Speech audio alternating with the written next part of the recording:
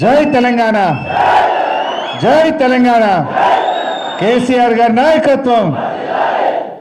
సభాధ్యక్షత వహిస్తున్న జిల్లా BRS party అధ్యక్షురాలు, మాజీ శాసనసభ్యురాలు శ్రీమతి పద్మా దేవేందర్ రెడ్డి గారు, మన బీఆర్ఎస్ పార్టీ కార్యనిర్వాహక అధ్యక్షులు గౌరవనీయులు కేటీఆర్ గారు, మాజీ శాసనసభ్యులు గౌరవనీయులు శశిధర్ రెడ్డి గారు, మాజీ శాసన మండలి సభ్యులు గౌరవనీయులు సుభాష్ రెడ్డి గారు, గౌరవనీయులు కంటారెడ్డి తిరుపతి రెడ్డి గారు, జయపతన్న గారు, మల్లికార్జున్ గౌడ్ గారు, మరి జనార్దన్ రెడ్డి గారు, సోముల్ గారు, మన గౌరవనీయులు రావుల చంద్రశేఖర్ రెడ్డి గారు, అదేవిధంగా మా జితేందర్ గౌడ్ మాజీ రామాయణపేట మున్సిపల్ చైర్మన్ గారు, అంజయ్ గౌడ్ గారు, సుధాకర్ రెడ్డి గారు, విష్ణువర్ధన్ రెడ్డి గారు, రాజు గారు, ఆంజనేయులు గారు, మరి ఈరోజు పార్టీలో చేరుతున్నటువంటి జీవన్ అడ్వకేట్ కానీ, గంగా నరేందర్ కానీ, రంగారావు గారు కానీ, మాయాసీన్ కానీ, విజయలక్ష్మి కానీ, ఇంకా చాలామంది ఉన్నట్టున్నారు. ఈరోజు పార్టీలో చేరుతున్నటువంటి కాంగ్రెస్ పార్టీకి రాజీనామా చేసి బీఆర్ఎస్లో చేరుతున్నటువంటి మిత్రులకు, ఉద్యమకారులకు, మా మెదక్ నియోజకవర్గ బీఆర్ఎస్ కార్యకర్తలందరికీ పేరు పేరున నమస్కారం తెలియజేస్తా ఉన్నా. చాలా సంతోషం. మీరందరూ కూడా చాలామంది ఇందులో ఉద్యమకారులే ఉన్నారు. 2001లో గులాబీ జెండా బట్టి పార్టీ ఆవిర్భావం నుంచి కూడా అనేక ఉద్యమాల్లో పాల్గొన్నటువంటి వారు. మన శంకరంపేట అమరవీరుల స్తూపాన్ని నిర్మాణంలో మీ చెమట చుక్కలు ఉన్నాయి. దాన్ని కేసీఆర్ గారి చేతుల మీదుగా ఆ రోజు మనం ప్రారంభం చేసుకున్నాం. ముఖ్యంగా మీరు రావడం ఎంత సంతోషంగా ఉందో, మన పార్టీలో ఉన్నటువంటి నాయకులు మిమ్మల్ని గౌరవంగా ఆహ్వానించి స్వయంగా వాళ్ళే దగ్గరుండి మిమ్మల్ని తీసుకురావడం నాకు ఇంకా సంతోషంగా ఉంది. ముఖ్యంగా మా రాజు కానీ మీ అందరినీ కూడా నేను మనస్ఫూర్తిగా అభినందిస్తూ ఉన్నా.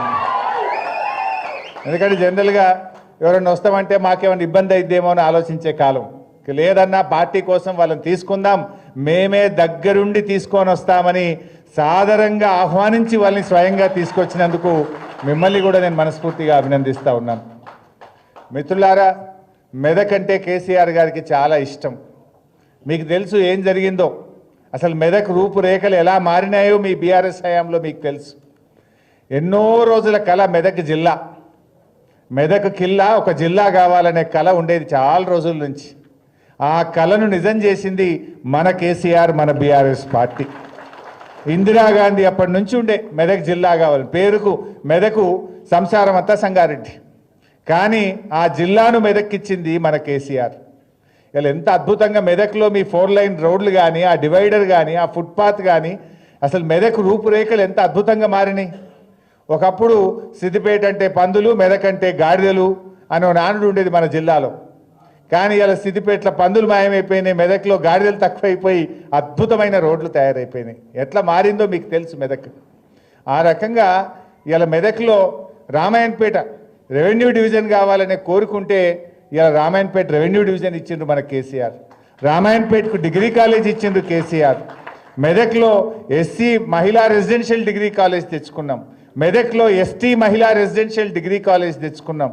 గణపురం కాలువ ఆధునీకరణ చేయాలంటే స్వయంగా కేసీఆర్ గారే వచ్చి గణపురం ఆనకట్టకు డబ్బులిచ్చి ఇలా చిట్ట చివరి ఆయకట్టుకు నీళ్లు పోయేటట్టు చేసింది మన కేసీఆర్ గారు.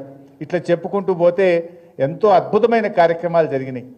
కానీ ఏదైనా నిజం నిలకడ మీద తెలుస్తుంది అన్నట్టు ఇప్పుడిప్పుడే ప్రజలకు అర్థమైంది. 20 నెలల కాంగ్రెస్ పాలనలో ఏం జరిగింది తమ్మి? కేసీఆర్ గారు ఇచ్చిన ట్రాక్టర్లలో డీజిల్ పోయాక అవి చెట్టు కింద పెట్టిరు. ఇలా వారంకు 10 రోజులకు కూడా ఊర్లలో ట్రాక్టర్ నడుస్తుందా? బంద్ అయిపోయినాయి చాలా ఊర్లలో. చెత్త సేకరణ బంద్ అయింది. ఏ ఊర్లన్నా పోయి చూడండి, 150 బుగ్గలుంటే 60 కాలిపోయినాయి, సగం కాలిపోయినాయి. బుగ్గలేసేటోడు దిక్కులేడు, బుగ్గలేసే పరిస్థితి లేదు, పైప్ బలిగితే అతికేటోడు లేడు, ట్రాక్టర్లో డీజిల్ పోసి చెత్తేరే పరిస్థితి కూడా లేనటువంటి పరిస్థితి ఏర్పడ్డది. అసలు ఎక్కడ కూడా మొత్తం కూడా పరిపాలన కుంటుపడిపోయింది. ఇలా ప్రజలు చాలా ఇబ్బందుల్లో ఉన్నారు. ఇలా వ్యాపారాలన్నీ తగ్గిపోయినటువంటి పరిస్థితి ఉన్నది. సో ఇవన్నీ కూడా మీకు కూడా అర్థమైన, నేను ఎక్కువ డీటెయిల్స్కి పోను. ఇవాళ కోట్లకు రైతు బంద్ వేస్తుండ్రు, అప్పుడు పార్లమెంట్ ముంగటేసిండ్రు, ఇప్పుడు పంచాయతీ ఎలక్షన్లు వచ్చినాయని రైతు బంద్ వేస్తుండ్రు. అడిమిట్లో 2 ఎగ్గొట్టిండ్రు. కేసీఆర్ ఏమో కరోనా ఉన్నా కష్టం ఉన్నా ఎమ్మెల్యేలకు మంత్రుల జీతాలు బంద్ పెట్టిండు, రైతు బంధు మాత్రం సకాలంలో ఇచ్చిండు మన కేసీఆర్. నాట్లకు కేసీఆర్ ఇస్తే ఓట్లకు రేవంత్ రెడ్డి ఇచ్చిండు. అంటే రైతులంతా అమాయకులు అనుకుంటుండు, మధ్యలో రెండు ఎగ్గొట్టినా వాళ్ళు మర్చిపోతారు, ఇక ఇప్పుడు పైసలు వేయంగానే మళ్ళీ నాకే ఎత్తారు అనుకుంటుండ్రు. ఆయన ఎంత బాకిపడ్డాడో తెలియదా రైతులకు? యూరియా దొరకలేదు ఇవాళ ఊళ్ళల్లో పోతే, ఎకరానికి ఒక బస్తా ఇస్తామంటుండ్రు, మళ్ళీ చెప్పులు లైన్లో పెట్టే కాలం వచ్చింది. ఇలా అన్ని విషయాలు కూడా మనకు అర్థమవుతా ఉన్నాయి. మీ అందరి చేరికతో నాకైతే సంపూర్ణమైన విశ్వాసం ఉంది, ఖచ్చితంగా మెదక్ జిల్లా పరిషత్ బీఆర్ఎస్ గులాబీ జెండా ఎగిరేస్తుంది. రేపు మెదక్ మున్సిపాలిటీ కూడా ఎప్పుడు ఎన్నికలు పెట్టినా గెలిచేది మన బీఆర్ఎస్ పార్టీ, ఎగిరేది మన గులాబీ జెండా. ఇలా అన్ని విషయాలు కూడా అర్థమైనాయి. పాలేందో నీళ్ళేందో తేలిపోయింది. ఇవాళ రేవంత్ రెడ్డి కూడా నేను ఎక్కడో మాట్లాడుతుండేదో, మాట్లాడితే పేపర్లు చదువుతూ ఉంటాయి. కొంతమంది ఉద్యోగస్తులు తల్లిదండ్రులకు అన్నం పెడతలేరు, తల్లిదండ్రుల్ని మంచిగా చూసుకుంటలేరు అని చెప్పి వాళ్ళ జీతాల్లో 10% 15% కట్ చేసే విషయాన్ని పరిశీలించండి అని ఆయన మాట్లాడినట్టుగా పేపర్లు వచ్చింది. సరే, అది మంచిదే. మరి నేను అడుగుతా రేవంత్ రెడ్డి, నువ్వు ఎన్నికల్లో 420 హామీలు ఇచ్చినావు, 6 గ్యారంటీలు అమలు చేస్తా అని చెప్పినావు, మొదటి సంతకం దాని మీదనే పెడతా అని చెప్పినావు, చట్టబద్ధత తెస్తా అని చెప్పినావు, అన్ని మాటలు చెప్పి అధికారంలోకి వచ్చినాక ఇవాళ నీ 420 హామీలు ఎగబెట్టినావు. నువ్వు అడ్డదారులు అధికారంలోకి వచ్చి ప్రజలకు ఇచ్చిన హామీలన్నీ మోసం చేసినావు కదా. మరి నీకు కూడా ఏం కోత పెట్టాలనో గది కూడా చెప్తే మంచిగుంటుంది. నీకు కూడా కోత పెట్టాలనా వద్దా? మొదటి ఏడాదిలో 6 గ్యారెంటీలు అమలు చేస్తాను, 100 రోజుల్లో 6 గ్యారెంటీలు అమలు చేస్తాను. మరి 420 హామీలు ఎగబెట్టి ప్రజలకు ఇచ్చిన హామీలను అమలు చేయనటువంటి రేవంత్ రెడ్డికి కూడా ఏం కోత పెట్టాలనో కూడా అది కూడా నువ్వే చెప్తే మంచిగుంటుంది. ఇలా ఏం మాట్లాడిన అబద్ధాలు. నేను నిన్న ప్రెస్ మీట్ పెట్టి మన మెదక్కు కూడా కాళేశ్వరం నీళ్ళు వస్తాయి, మన చేగుంటకు వస్తాయి, మన రామాయణపేటకు వస్తాయి, మన హవేల్ గన్పూర్కి, మన నిజాంపేట మండలానికి వస్తాయి. మనకు కూడా కాళేశ్వరం నీళ్ళతో పంట పండింది, చెరువులు నిండినాయి. ఇవాళ నువ్వు మేడిగడ్డను 20 నెలలైనా రిపేర్ చేస్తలేవు. ఇలా కూలింది 2 పిల్లర్లు మాత్రమే, అవి కుంగినాయి గంతే. కానీ వీళ్ళ మెదడు మొత్తం కూలింది. నేనేం చెప్పినా, మేడిగడ్డ లేకపోయినా గోదావరి నదిలో నీళ్లు నడుస్తున్నాయి, కన్నెపల్లి పంప్ హౌస్లో మోటార్లు ఒత్తుతే మా నిజాంపేట మండలంలో చెరువులు నింపచ్చు, మా చేగుంటలో చెరువులు నింపచ్చు, మా రామాయణపేటకు నీళ్లు తీసుకుపోవచ్చుగా మోటార్లు వస్తావా అని మనం మాట్లాడినాం. మాట్లాడితే ఆయన అంటాడు, హరీష్ రావు అన్ని అబద్ధాలే చెప్తుండు అన్నాడు. ఏది అబద్ధం ఉత్తమ్ కుమార్ రెడ్డి? ఏమనంటే ఒక స్టాండర్డ్ డైలాగ్స్, విషయం లేదు వాళ్ళ దగ్గర, నిజం మాట్లాడే ధైర్యం లేదు, విషయం పరిజ్ఞానం లేదు, కానీ ఓ స్టాండర్డ్ డైలాగ్ అన్ని అబద్ధాలే. నేను అడుగుతున్న ఉత్తమ్ కుమార్ రెడ్డి, ఏది అబద్ధాలు? శ్రీశైలంలో వరద వచ్చి 36 రోజులైంది, అబద్ధమా? నువ్వు కల్వకుర్తి మోటార్లు ఆన్ చేయలేదు అని నేను చెప్పిన ఈ విషయం అబద్ధమా? పోయిన సంవత్సరం తెలంగాణకు వాడుకోవాల్సిన నీళ్లు 65 టీఎంసీల నీళ్లను ఆంధ్రాకు చంద్రబాబు నాయుడుకి అప్పచెప్పి తెలంగాణలో పంటలు ఎండబెట్టింది, అబద్ధమా? ఇవాళ ఆంధ్రప్రదేశ్ ప్రభుత్వం అదే శ్రీశైలం నుంచి పోతిరెడ్డిపాడు గేట్లు ఎత్తి వాళ్ళేమో నీళ్లు తీసుకుపోతారు, నువ్వేమో కల్వకుర్తి మోటార్లు ఎత్తి తెలంగాణకు నీళ్లు ఇవ్వలేదని అనే మాట నేను చెప్పినా ఇది అబద్ధమా? ఇవాళ కన్నెపల్లిలో దాదాపు 1,00,000 క్యూసెక్కుల నీళ్లు గోదావరిలో ప్రవహిస్తున్నాయని చెప్పిన ఈ విషయం అబద్ధమా? ఏది అబద్ధం? పాలన చేతగాక, మోటార్లు ఎత్తి నీళ్ళు ఇయ్య చేతగాక ఇవాళ అబద్ధము అనే ఒక పిచ్చి మాటలు మాట్లాడుతూ ఉన్నారు. దమ్ముంటే బహిరంగ చర్చకు రా, ఏడ మాట్లాడదామో మాట్లాడదాం. 1,00,000 క్యూసెక్కులు గోదావరిలో వారేది నిజం కాదా?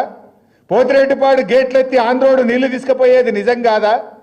ఇవాళ నువ్వు కల్వకుర్తి మోటార్లు ఎత్తక మా నాగర్ కర్నూలు జిల్లాను నువ్వు ఆగం చేస్తున్నది నిజం కాదా? ఆంధ్ర వాళ్ళు కృష్ణానదిలో అధికంగా నీళ్లు తీసుకుపోతుంటే గుడ్లప్పగించుకొని చూసి తెలంగాణకు అన్యాయం చేసింది నిజం కాదా? ఇట్లా చెప్పుకుంటూ పోతే చాలా విషయాలు ఉన్నాయి. రేవంత్ పాలన ఎట్లుందంటే, నీళ్లు ఆంధ్రాకు, నిధులు ఢిల్లీకి, మూటలన్నీ ఢిల్లీకి తీసుకుపోయి అప్పచెప్తాడు. నేను పోయిండు మళ్ళా లెక్క అప్పచెప్పాలి కదా ఢిల్లీలో. నిధులేమో మూటలు ఢిల్లీకి, నీళ్ళేమో ఆంధ్రాకు. ఇంతకు మించి వీళ్ళు చేసింది ఏమన్నా ఉన్నదా? ఏ విషయంలో అభివృద్ధి సాధించారు? కేసీఆర్ కిట్టు బంద్ అయిపోయింది, దవాఖానలలో పోతే బతుకమ్మ చీరలు బంద్ అయిపోయినాయి, ఫీజు రియంబర్స్మెంట్ బంద్ అయిపోయింది. ఫీజు రియంబర్స్మెంట్ వస్తుందా? ఇలా ఏడాది అర్థం నుంచి ఒక్క పిల్లవాడికి కూడా ₹1 ఇచ్చినటువంటి పరిస్థితి లేదు ఈరోజు. ఇలా అనేకంగా చాలా సమస్యలు ఎదుర్కొంటున్నటువంటి పరిస్థితి ఉంది. అందువల్ల ఈ ప్రభుత్వానికి బుద్ధి చెప్పాలంటే మనందరం కూడా ఒకటి కావాలి. మనకు ఎప్పుడు ఎలక్షన్లు ఎప్పుడు జరిగినా ఇలా ప్రజలే చెప్తున్నారు, మనం కాదు. రోడ్డు మీద పోయి ఆటో వాడిని అడిగినా, ట్యాక్సీ వాడిని అడిగినా, ఉపాధి హామీ కూలీని అడిగినా, ఎవరిని మాట్లాడించినా మళ్ళా సార్ రావాలి, కేసీఆర్ రావాలి, బీఆర్ఎస్ గెలవాలనేటువంటి మాట ఈరోజు మాట్లాడుతూ ఉన్నారు. కానీ మనం కూడా గట్టిగా పనిచేద్దాం.